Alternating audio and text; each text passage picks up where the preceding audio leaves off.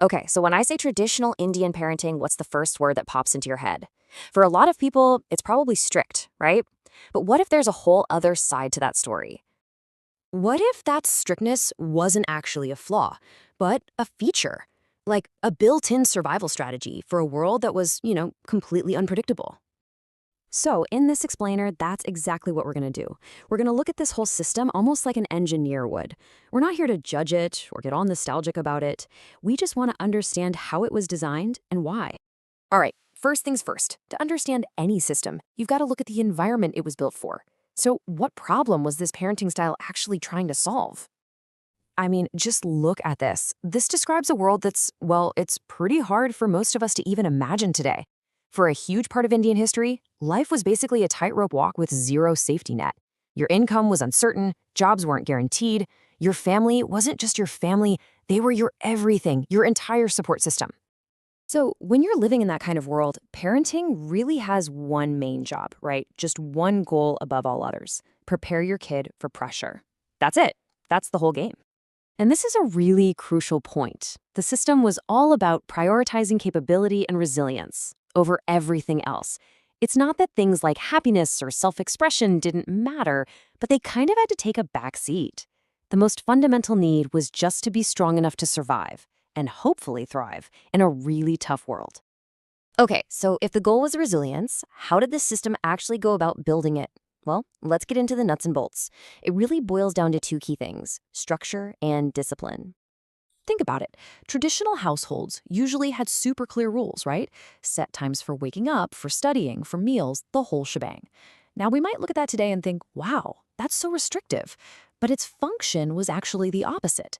It created what you might call cognitive safety. See, when your immediate world is predictable, you don't have to waste mental energy constantly guessing what to do next. And that actually reduces anxiety and frees up your mind for other things. And that strictness we talked about, here's where we get another surprise. In this system, strictness wasn't really about being mean or cruel. It was about being consistent.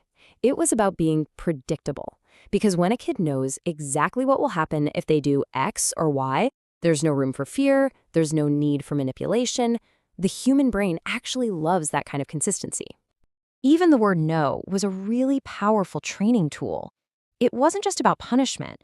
It was basically a four-step process for building impulse control. You hear no, that limits your immediate pleasure, which trains your patience, and ultimately that leads to better long-term success. And we know from all sorts of research that impulse control is one of the biggest predictors of success in life.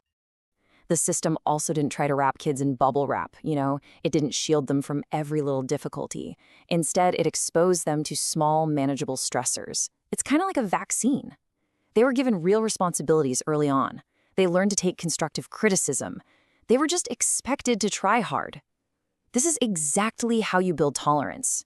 These little stresses build confidence, and that confidence is what helps you face the big, real challenges later in life without falling apart.